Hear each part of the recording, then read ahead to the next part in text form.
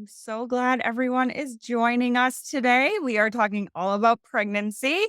So, this is applicable to any type of NP, whether you're FNP or AGNP. You can see these questions on your exam. So, that's something you should know. And then, obviously, we see these patients in practice. If you work in women's health or OBGYN specifically, you might see these patients more routinely, but we definitely see them in lots of type of settings. So I am so excited to talk all about pregnancy today. Let's get going. So first, we're just going to start with a little anatomy review. It might have been a hot minute since you reviewed the reproductive anatomy. So here first we have the uterus. So this is right inside that abdominal cavity.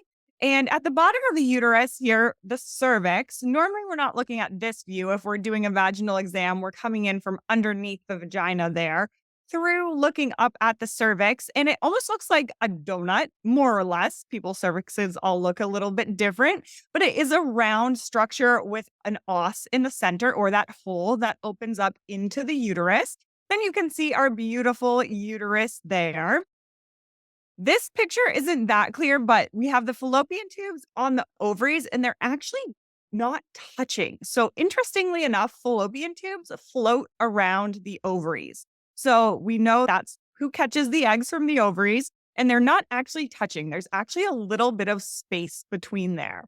And there's actually a really cool study that came out that showed people with only one fallopian tube, but two ovaries, their fallopian tube of the ovary that's gone, so say their left ovary is gone, can actually reach over and take eggs from the right side when ovulation occurs, which is crazy and mind blowing. I'm not 100% sure how that works, but there is good research behind that, which is super interesting. So, just something to know. We know that the eggs come from the ovaries, they travel through the tubes into the uterus. You see the endometrial lining here, which is nice and nutrient rich. Obviously, when you don't you don't become pregnant, that sheds out through the vagina. So, just a brief anatomy review there. And we are going to also briefly talk about the stages of the menstrual cycle. Again, this might not be something you've thought about for quite some time, even if it happens to you monthly. Potentially, you're not thinking about what exactly is happening. Probably not the top of your to-do list. So, days 1 through 5-ish of is the menstrual phase. So, the cycle actually starts at the beginning of the period. And that's how we calculate pregnancy based off your last menstrual period and not necessarily the beginning of the next period. It's a little bit confusing. So, just think day 1 is the start of the shedding of the uterine lining there. And that varies, as we know. So, it can be 3 days, can be 5 days. Some people's are a little bit longer, but that's all in the menstrual phase there, that shedding of the uterine lining.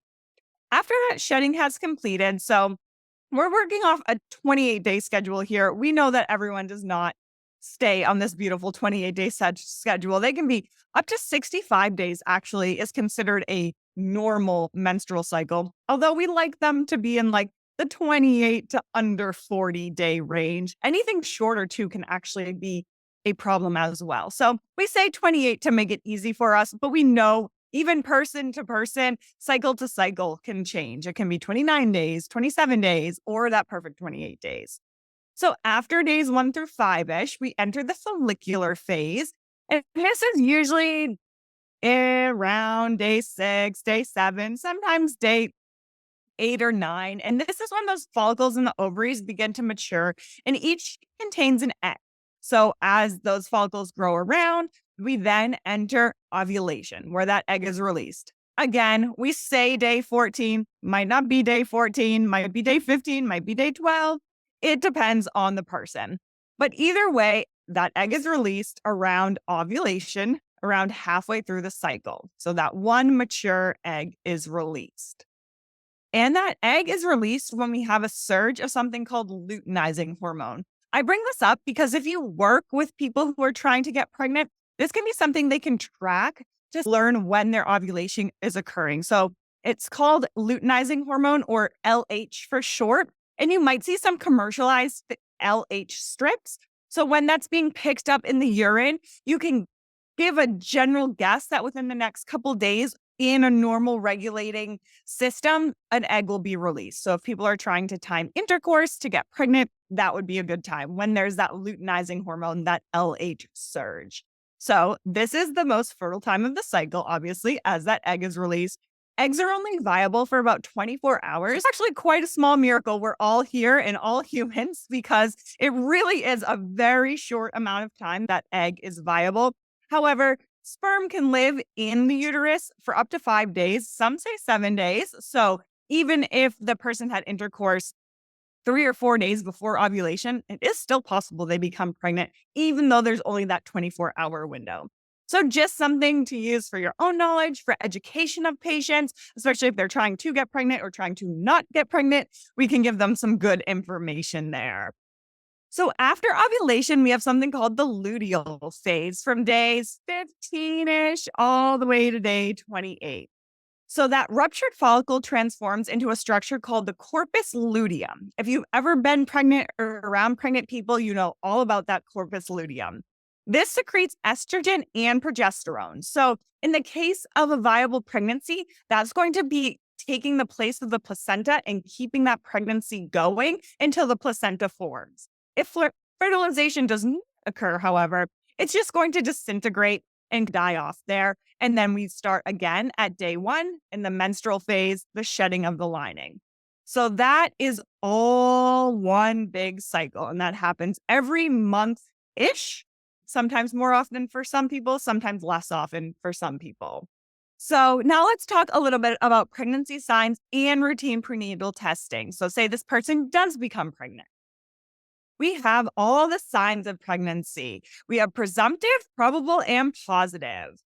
In presumptive, we have amenorrhea, nausea, fatigue, tender breasts. I think presumptive, everything is subjective, presumptive, subjective. So things the patient's telling you, oh, I missed my period, amenorrhea. Oh, I'm super nauseous. I'm super fatigued. I have tender breasts. This is everything. We're like, this patient could be maybe pregnant, presuming these are signs of pregnancy, but we have no hard evidence yet. For probable signs, these are all the things that we're like, okay, something's going on here. Could be a pregnancy, could still be something else, but just think probably they're pregnant, but not 100%. So I like to think HCG because the big one here is a positive HCG blood test or urine test. And why this is not a positive sign of pregnancy is because these can actually be triggered by other things. So tumors, people in menopause, actually, interestingly enough, can have positive HCG urine tests, which can make it very confusing if they are actually pregnant or they're just in the beginning stages of menopause. And this is just due to the rising hormones in the body. Something just to put in your back pocket if you're ever in that situation. I used to work in OBGYN. I've been in that situation a couple times where we're like, oh, are you actually pregnant? Or is this the beginning of menopause? Because they go hand in hand there, where you're not having a period. You have this positive HCG, but we're not 100% sure. And then going on with these probable signs, we have Hager's sign, Chadwick's sign, and Goodell's sign. So Hager's sign is a softening of the cervix. So if you were to do a manual exam on a patient, you might feel a little bit of a softer cervix. This sometimes can be noticed if you're doing like a pap smear and it really squishes in. Normally the cervix is a little firmer. It doesn't really squish in anyhow. You can do the swab right from the os and it's not really squishy. So if it's ever a little bit softer than usual, it could be Hager's sign.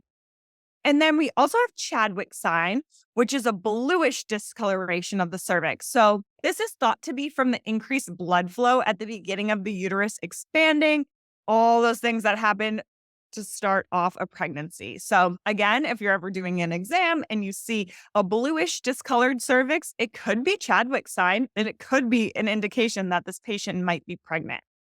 Then lastly, we have Goodell's sign, which is another softening of the cervix, just a different part of the cervix. So I just think a blue, soft cervix probably is pregnant or something's going on there. But we can't say 100%. So for positive signs, we have 100% of viable intrauterine pregnancy. So that just means the pregnancy is in the correct place in the uterus. Because again, if it was in something like the fallopian tube and it's going to be an ectopic pregnancy, which is non-viable, we're still going to get that positive HCG blood test or urine test, which is again why we cannot call those positive signs, because they could be due to a pregnancy that's not growing in the correct place or not growing in a healthy way. So positive signs are fetal heart tones. So you put the little Doppler over, you hear the fetal heart rate. That really varies when that can happen. Some patients with a smaller body, you really can get that. You have to push a little hard. Some people like to do it to themselves at home. You can order Dopplers online. And you can get it around 8-ish weeks pregnancy, but it really varies. In a person with a different sort of anatomy, a retroverted uterus, sometimes it could be up to 16 weeks before you really hear a solid fetal heart tone with the Doppler, which is how our second one comes in handy for those positive signs, an ultrasound. In pregnancy, ultrasound is the gold standard for pretty much everything.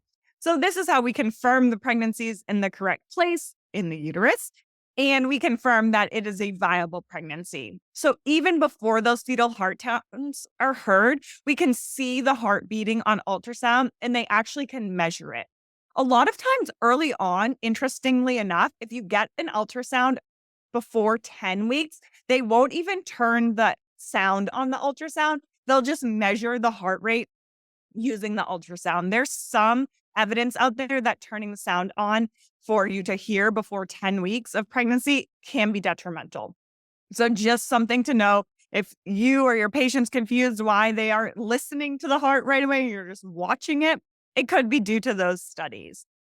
So then the last one is palpation of the fetus, and this would be by the examiner. So these are all objective things that the examiner is seeing: the fetal heart tones, the ultrasound of a viable fetus or a viable embryo, and then palpation of the fetus by the examiner. This obviously happens later in pregnancy. Again, wide variety of times when this happens for patients. Some say they can feel pregnancies up to 13 weeks of gestation, which is crazy, but you can start to feel something called quickening at that time when the fetus is actually starting to move around. They're just very small, like a little blueberry in there at that time. Or sometimes it can take up to almost the second trimester to feel really solid fetal movement. And certainly it can take longer for someone else, so the examiner, to feel that fetal movement. So really wide range of when that can happen there for patients, and just something to know for practice. If patients call you and they're worried, their ultrasounds look great, but they haven't felt movement yet, it could just be a matter of time. Something else that also can deter this is if they have something called a anterior placenta. So anterior meaning in the front. Normally, the placenta develops behind the baby, so posterior, so towards the person carrying the baby, towards their back, I would think. And sometimes it develops in the front, so on the front of the stomach there, and it blocks the movement, or them really feeling the movement, or their partner really feeling the movement, or the examiner really feeling the movement. They usually do feel it eventually, but it's not as pronounced because that placenta's acting like a little cushion and absorbing the movements. There's nothing dangerous about an anterior placenta. We'll talk about some placental complications in a little bit, but this is just one reason that palpation of the fetus could be delayed. So as you can see, there's a lot of variety in pregnancy, which makes it a beautiful thing, makes it definitely a miraculous thing, but also makes it very stressful for some patients. So always just something to keep in mind. So how do we even calculate a pregnancy? Today's day and age, I use an app. Most people are using apps. But if we wanted to go old school and do it on our own, we can use something called Nagel's rule. So Nagel's rule is really most useful if the patient has a 28-day cycle. If they have a longer cycle or a shorter cycle, Nagel's rule might not work 100%, but we can get a good idea of their estimated due date. So Nagel's rule is the first day of the last menstrual period. That's really important that it's the first day, plus 7 days, minus 3 months, and then plus or minus the time of year, plus 1 year. So say a patient last menstrual period was March 10th of this year. The first day of their last period was March 10th of this year. Then using Nagel's rule, we could add 7 days. So we're at the 17th minus 3 months. So March minus February minus January. We're in December now.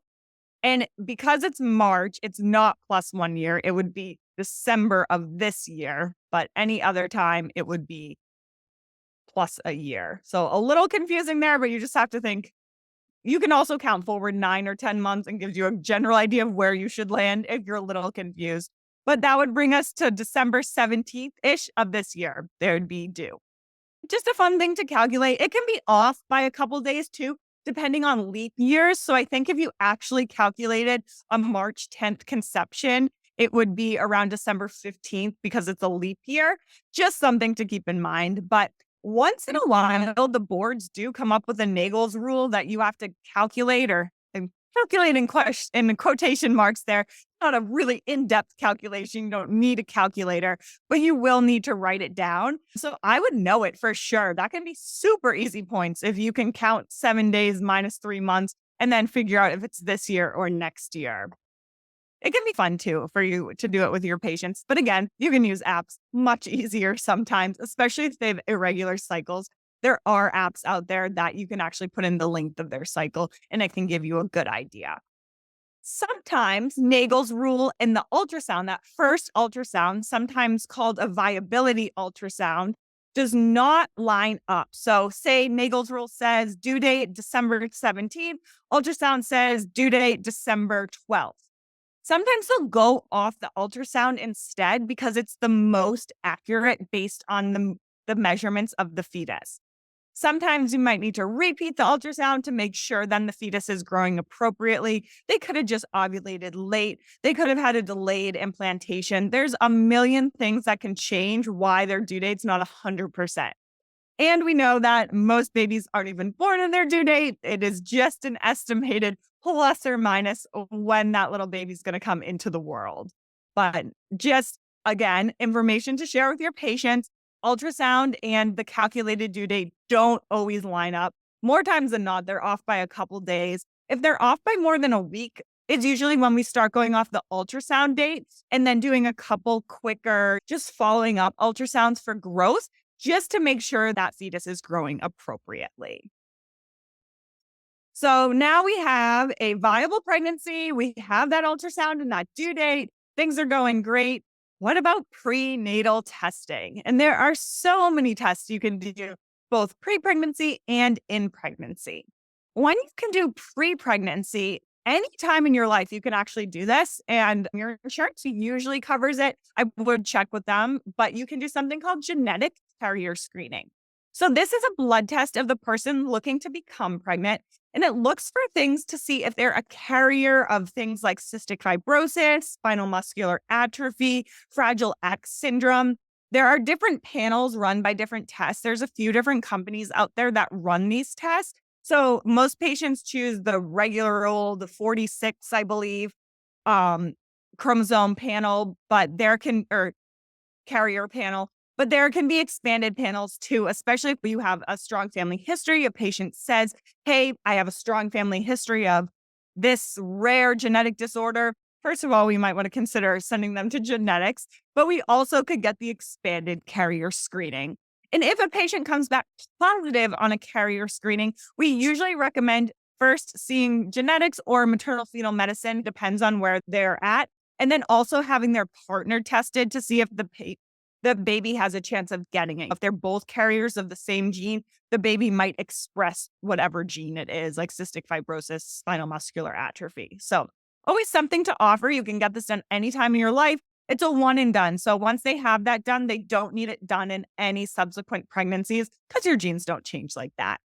In early pregnancy, so usually that first pregnancy visit, that dating and viability visit, we like to test them for STIs, especially syphilis. That's when the CDC really likes us to test in chlamydia in pregnancy.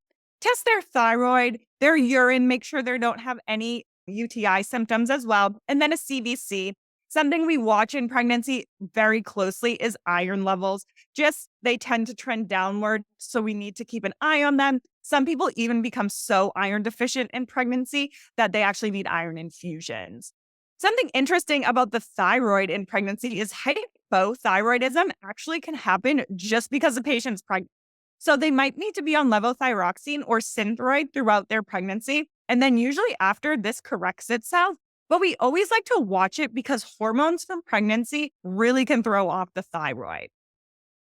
An interesting interesting fact too about UTIs in pregnancy is normally for UTIs, we call over 100,000 of one type of organism, usually E. coli, a true UTI.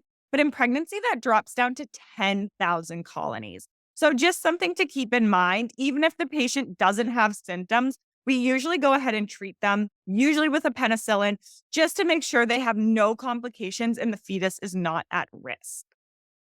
Then at 10 to 12 weeks, we have NIPT testing, which is non-invasive prenatal testing, and a nuchal cord ultrasound. This is a more specific type of genetic test for things like Down syndrome, trisomy 18, trisomy 13, and Turner syndrome.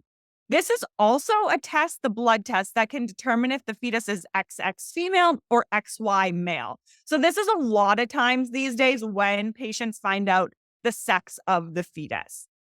The NIPT is used in conjunction with something called a nuchal cord ultrasound, which measures the thickness of the baby's neck. Sometimes if it's a little thicker than normal, this could be indicative of something like Down syndrome, but that blood test, which actually takes fetal cells from maternal circulation, is much more accurate. So we can use them in conjunction to say, okay, this patient is not at a high risk. We can't rule it out 100% until the baby's born, but we can say, okay, nothing looks suspicious for any of these genetic defects, and the nuchal cords of normal thickness. At 15 to 18 weeks, there's alpha fetal protein testing. I put a little star next to this. This has really gone by the wayside. It's not something used super common. It's just not very sensitive. So it can be suggestive of things. So if it comes back low, it could be suggestive of things like Down syndrome. But again, that NIPT is much more sensitive. And if the alpha fetal protein comes back high, it could be multiple gestations with twins, triplets, quadruplets, or it could be some sort of something like a spinal condition like spina bifida. But again, not very sensitive, not suggested or used in many practices anymore, but it still could be used. Then at 18 to 20 weeks, they have a big, long anatomy scan ultrasound looking at literally every part of this baby, looking at the placenta, the brain, the kidneys, the stomach, the mouth, the hands, the feet, the toes. Everything is taken accounted for in this anatomy scan. Sometimes this does need to be repeated if the fetus is in a funny position, they can't see the heart very well. So again, reassuring patients that it's very normal that they'd said, you know what, we think the heart looked 100% normal, but we didn't get a good view because baby was standing on their head, doing some flips, couldn't see them very well. It's normal to need a repeat. So usually not something to be concerned about. Between 24 and 28 weeks, and really we try to do that 24 weeks to catch it sooner, we have gestational diabetes screening. So if you've ever known a pregnant person or you've been pregnant yourself, you know this is a very sweet drink. It is a lot of glucose. So they drink that drink, and then an hour later, they get their blood test tested. And a glucose level above 120, we usually have them then go for a 3-hour challenge, which is a bit of a pain for patients because they have to do a fasting glucose. Then they drink the drink. They do a 1-hour, 2-hour, and 3-hour reading. If 2 of those readings, so we have 4 readings altogether, fasting, 1 hour, 2 hour, 3 hour. If 2 out of those are elevated, that is a positive screen for gestational diabetes. Most gestational diabetes can be controlled with diet alone. If not, we usually use something like insulin. Metformin has a lot of research coming out behind using it for gestational diabetes. So we can watch that and see if it changes in the coming years. And then at 28 weeks, if the patient is Rh negative, so this means they have a negative blood type, A negative, B negative, O negative, AB negative, anything like that, they need a RhoGAM shot. And the reasoning behind this is actually not to protect the current pregnancy, but to protect any future pregnancies. So if the maternal blood comes in contact with the fetus's blood that is a positive, so the mom or the pregnant person is a negative, their fetus is a positive, and their blood comes in contact, the pregnant person's blood, this is usually at delivery, can start to make antibodies. So if they were to get pregnant again with an Rh positive baby, it could cause fetal demise. So again, this is for Rh negative patients. And they will need a second one after delivery if the baby is a positive blood type. So anyone with Rh negative blood, kind of fun. They find out their baby's blood types every time they have a baby because they need to make sure they don't need that second ROGAM. So everyone gets one ROGAM if they're Rh negative at about 28 weeks. And then they'll get a second ROGAM around 48-ish hours, 24 to 48-ish hours after delivery if the baby's a positive blood type. The second ROGAM actually is usually IV. It's a pretty uncomfortable shot to get. It's usually given in the gluteal muscles. Pretty stingy. If you've ever seen the needle for it, it's pretty large. So the second one, nicely enough, can go through the IV generally. And at the very end of pregnancy, we do a 35 to 37 week group B strep swab. And this is vaginal rectal. So not very comfortable for patients, but swab in the vagina down to the rectum, swab there as well. Group B strep lives in the vaginal canal and the rectal area, usually fine. But if a baby comes in contact with it on their way out, they could become sick from the group B strep. So if a patient comes back positive for group B strep, doesn't really mean anything for them, but just means during labor, they will get, usually a penicillin is just given IV. They do this even when a patient has a planned C-section, just in the off chance that the baby gets an infection or they have a surprise vaginal delivery. They can either rule in or rule out group B strep. It's just an easy thing to do. It's a quick swab in office. And again, it's just treated in pregnancy if the patient is positive, or in delivery if the patient is positive. During pregnancy, around 25-ish onward weeks, some clinicians don't do this anymore. Some do. There's not a ton of good research behind it, but it can give us a general idea of any sort of concerns with the fluid in the baby. We measure the fundal height. So we have the patient lie down and we measure all the way from their symphysis pubis, so way down, to the top of that baby or the top of that uterus. Sometimes it's a little hard due to different habituses, but just do your best. At 12 weeks, the fundus is very low, just above that symphysis pubis, so we're not measuring anything there. 16 weeks, we usually can palpate it between the symphysis pubis and the umbilicus. Again, this depends how tall the patient is, how short the patient is. If the patient's had a pregnancy before, sometimes they grow a little bigger, a little faster. It's just the way the body is. The abs have been stretched out before, so they give way a little easier. And then at 20 weeks, we look for the top of that fundus right at the level of the umbilicus. And when we're measuring, so say we have a 29-week pregnant patient, we want that measurement all the way from the symphysis pubis to the top of that uterus to be 29 centimeters. This is plus or minus 2 on either side. So it really could be from 27 all the way to 31 centimeters, and we're not that worried. Any smaller or larger, we might think about an ultrasound just to confirm, one, how big baby is, and then two, just if there's anything going on with the amniotic fluid. Is there too much? Is there too little? Or is it just this person is carrying larger or smaller, which does happen. We all know that people carry pregnancies totally different from the next person. So let's talk about normal bodily changes in pregnancy.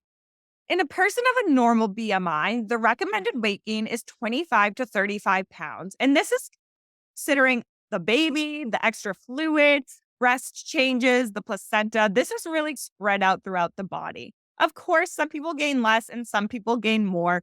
And people with higher BMIs are recommended to gain less weight. But it's always around this like 25, 35 that we're looking for in patients of normal BMI. The blood volume nearly doubles in pregnancy, and because of this, we actually sometimes hear an S3 heart sound. This sometimes resolves before the end of pregnancy, just as the body compensates, or it can resolve after pregnancy. If we ever heard this or sometimes innocent murmurs develop during pregnancy as well, we just want to note the finding and make sure the patient is followed up once all that fluid from pregnancy is off of the body. The lung sounds can also change, interestingly enough. We may even hear what's called basal rales, and this is just due to the extra fluid that's changing in the body during pregnancy. Many patients become constipated in pregnancy. It's unfortunately considered normal, but not great. This is just due to the effect of progesterone. It slows everything down. And then later on in pregnancy, that baby is growing so large, that fetus is so big that it can be pushing on those intestines themselves and causing worse constipation. So we usually don't recommend any sort of stimulant laxatives. That would be something we would defer to OB, but we can always recommend increasing fluids, walking, exercise. They could use some sort of natural bulk forming laxatives like Miralax or something like psyllium husk metamucil can be used as well. As far as the skin goes, we can see melasma, which is that darkening of the skin. Some people get it on their face, on their stomach, on their legs, even sometimes. Stretch marks, of course, can occur. There's a lot of different products out there to quote unquote keep away stretch marks, but honestly, most stretch marks are genetic. It's just due to the genetic makeup, the collagen in the patient's skin. There's usually, unfortunately, not much we can do about stretch marks, but good moisturization never hurt. Some patients have beautiful hair during pregnancy and some have hair loss. Both can be totally normal, just something we should let patients know about. Obviously, if the patient has a ton of hair loss, we do want to screen them for any thyroid issues because we know that hair loss and thyroid issues can go hand in hand. Now for some abnormal findings. So things we want to be on red alert about. Placenta previa. So I know I talked earlier about anterior placenta, which would be the front of the stomach, and posterior placenta, which would be the back.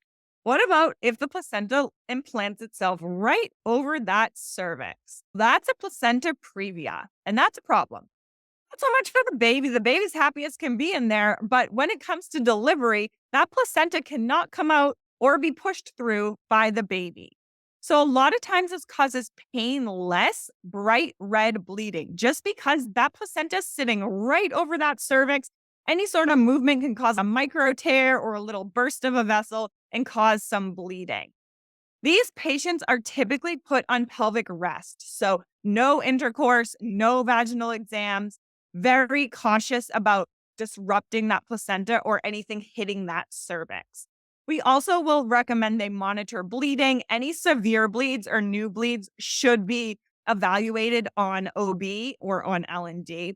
Sometimes these patients end up on bed rest if they're having massive bleeding. That used to be the standard of care, but we've really moved away from that because it causes more harm than good for patients. If that placenta does not move, so if that placenta is sitting over that cervix and it's go time, these patients will need a C-section. And that again is because that baby can't come through that placenta. It's in the way. It's going to cause a massive hemorrhage and potentially risk the mother and the fetus's life if they go into labor. So a lot of times if that placenta doesn't move, they're going to have a C-section.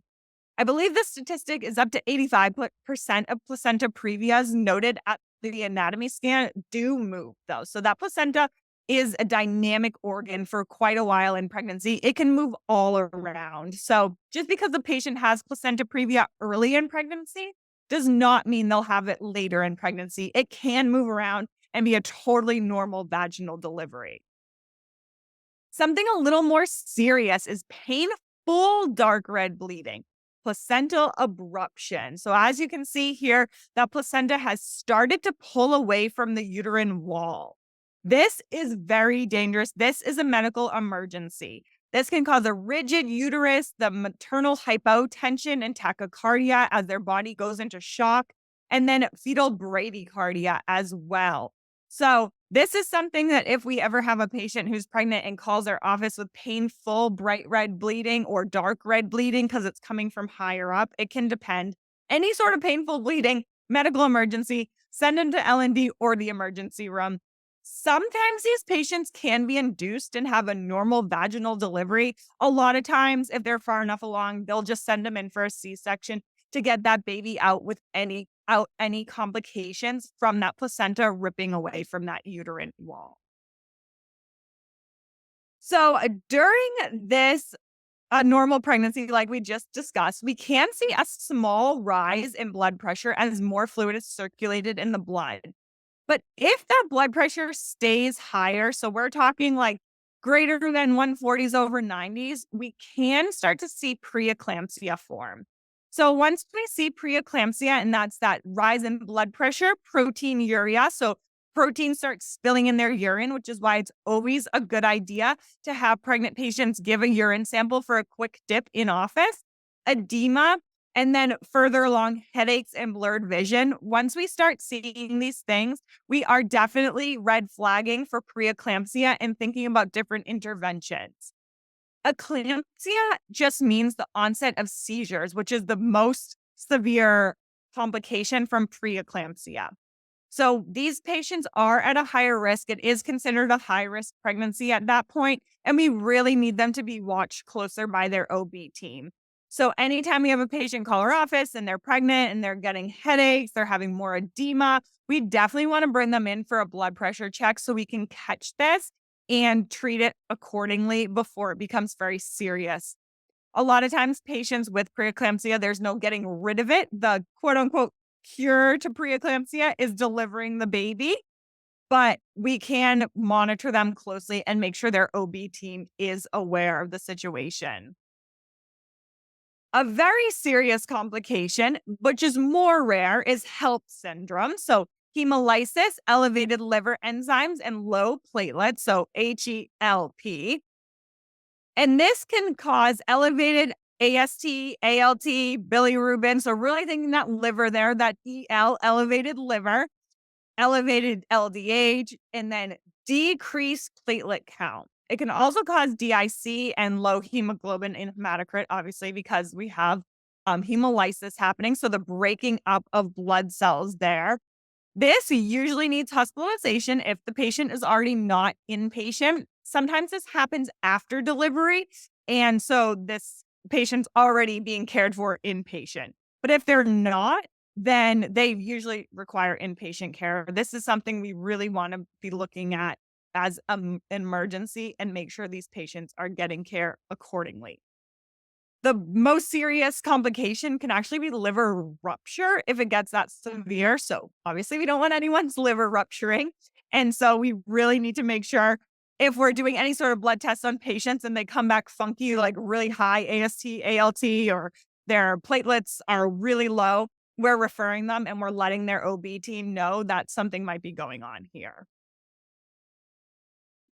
Before we wrap up, we're going to just talk about a little bit medications in pregnancy. So, a lot of medications are not tested in pregnant patients, which kind of makes sense, right? No pregnant patient is going to be like, yes, let's test this medication on me and potentially risk my fetus. So, a lot of times it's after the fact, they're looking at what medications did you take in pregnancy and what were the outcomes of the pregnancy and the fetus. But some ones we definitely know about NSAIDs. So, unfortunately, for the ones who get bad headaches and ibuprofen's the holy grail, they're not safe in pregnancy. They may increase the risk for miscarriage, jaundice, and they also, if taken too close to delivery, can cause hemorrhage, which is interesting. But we do know they increase that bleeding risk overall. So in pregnancy, we really like patients to stick to that acetaminophen, that Tylenol when they have a fever or pains. Unfortunately, all those good NSAIDs are off limits. ACE inhibitors and ARBs are something we really need to think about in patients. They can damage the renal system of the fetus, which is why we always really want to be taking a good medical history, doing those med recs, even if they take a while, because we don't want patients on dangerous medications. Or say they're talking to us about becoming pregnant, we can say, okay, you're on an ACE inhibitor. So you need to be discontinuing that prior to starting to get pregnant. The ones we do like for blood pressure in pregnancy Beta blockers like labetalol, nifedipine can be a really good one for blood pressure control, and then methyl-dopa. So LMM there, labetalol, methyl-dopa, nifedipine are pregnancy safe blood pressure medications. A lot of times we start with the beta blockers first and then go from there. Fluoroquinolones we don't love in pregnancy either. Once in a while, they could be used, but we are really not going to be prescribing those. That's something we would leave up to infectious disease or maternal fetal medicine if they are needed, because fluoroquinolones can damage fetal skeletal growth and their muscles. We usually like things like penicillins or cephalosporins in pregnancy. Actrim is another one that we don't love in pregnancy. Not great for people who get UTIs a lot, and that Bactrim works well, but we can always flex again to something like a penicillin. And just a couple more here. Codeine. We really don't like narcotics at all in pregnancy. They can be used in some situations, but overall, we like to stay away from them. So just something to think about, especially if the patient's sick. We're not going to be giving them anything with codeine in it. Warfarin is also not recommended in pregnancy. We like those low weight ones like a heparin or a Lovenox can be used during pregnancy for blood thinning purposes. Again, a patient who's on any sort of antiplatelet or blood thinner would be referred to maternal fetal medicine usually for management. Benzodiazepines also are not great in pregnancy. There are some that are used post-pregnancy, like Vistaril, can be used during pregnancy or post-pregnancy. It is okay for breastfeeding. A big one that if you are an Accutane or an isotretinoin prescriber, you know all about. This one, it has a very serious, this is a category X. So isotretinoin or Accutane is never to be used in pregnancy. This is so severe, actually, and so serious that to become even a prescriber of isotretinoin, you have to go through something called an iPledge program, and your patients have to sign iPledge saying they're not pregnant. So every time they need to renew this prescription, which is monthly, so it's a big commitment there, they need to take a pregnancy test if they are a uterus containing person, and they need to report 2 forms of birth control. So one is not enough. So either condoms and a pill or an IUD and condoms, abstinence.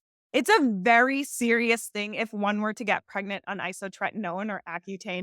It causes giant fetal defects to the point where abortions are often recommended. So really serious there. It's not an accidental, oh, I took this isotretinoin. It can be very detrimental to pregnancies, and why it's such a hassle, more or less to say, to get isotretinoin if you have a uterus, because you have to go through all these steps proving you're not pregnant and proving what you're using. But it's really just to protect the patient to make sure they're not getting pregnant and having fetal abnormality. So now we have made it through all our content, and let's do a few case studies and some practice questions that are right from our question bank.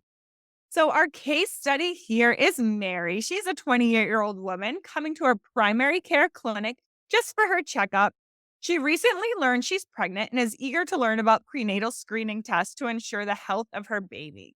What routine screening test should she expect? And you can put these in the chat. I'll give everyone a second to think about this.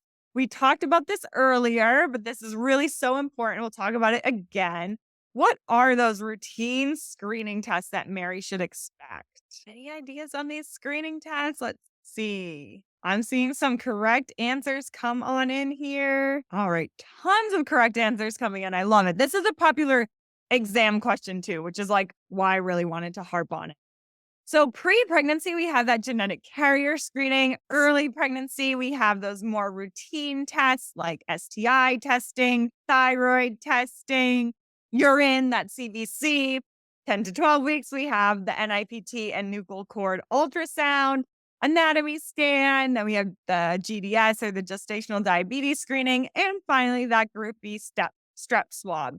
An important one to notice in that early pregnancy, we also get a blood type on the mom for that ROGAM that might come in handy at 28 weeks if she were to have a negative blood type. Everyone looks like they got it 100%. STIs are super important to test for because we know they could be harmful to the fetus. So we always want to test everyone for those. Even if they've been with their partner for quite some time, we still want to test them. So carrying on here with Mary, Mary got that genetic carrier screening done through the third-party lab, and it came back abnormal. Mary is a carrier for a gene associated with cystic fibrosis.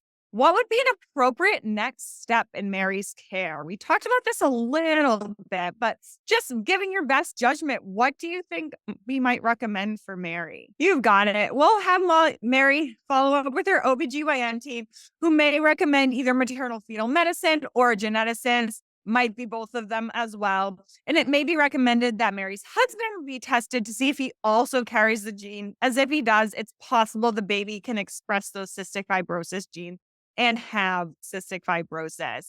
I like that someone also pointed out any pediatric care coordination. That's definitely important too. We want to think about what happens on the other side after delivery.